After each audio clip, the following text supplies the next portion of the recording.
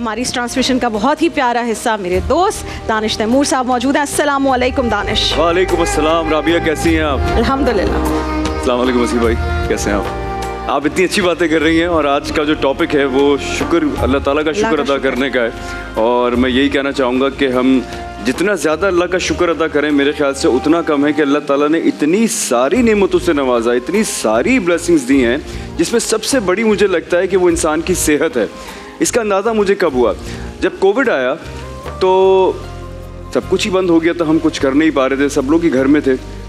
तो अब मैंने उस ज़माने में अपना एक नया घर ख़रीदा था। इत्तेफाक की बात है कि उससे 2 महीने पहले, अब मेरे ख्याल से इतना कोई टाइम हुआ था। तो जब आपके पास गाड़ियाँ होती हैं, घर होते हैं ना, तो फिर अब जब कोविड आया ना तो सारी दुनिया रुक गई।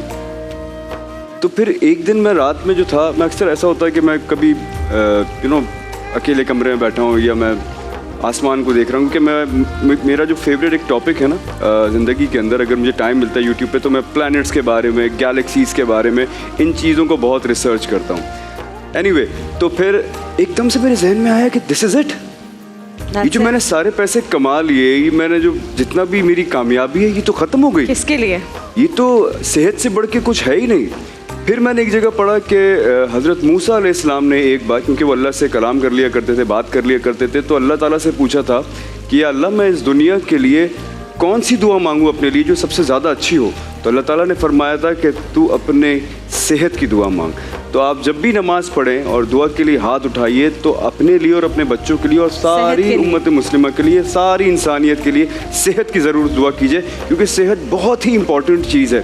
इसका कुछ नेमुल बदल नहीं है। और ये सेहत जो है, आपको अल्लाह ताला सबको सेहत दे, लेकिन जो बच्चे बहुत सारे आपने देखा होगा आज के ज़माने में ड्रग्स में पड़ गए हैं, मैं ये चाहूँगा कि प्लीज़ अगर कोई मुझे सुन रहा है और वो मेरे कहने से रुक सकता है या किसी भी तरह रुक सकता है, तो प्लीज़, बहुत बुरी चीज़ है, बच्चों उसके करीब भी ना जाओ। क्या बात है। मुझे इतनी खुशी हुई थी दानिश, जब हमारी एक डिस्कशन हो रही थी, दानिश ने कहा आई हैव नेवर स्मोक्ड, तो मुझे बड़ी खुशी हुई, क्योंकि ये अब स्मोकिंग तो इतनी नॉर्मल सी बात हो गई है कि इसको तो कोई अपनी सेहत के ख़िलाफ़ समझता ही नहीं है। और बहुत सारे उलमाए कराम हैं जो कहते हैं कि ये हराम है इस वजह से कि अपने हाथ से अपनी जान को नुकसान पहुँचाने को हराम करार दिया गया है, और ये अपने हाथ से अपनी जान को नुकसान देने के मुतरादिफ है।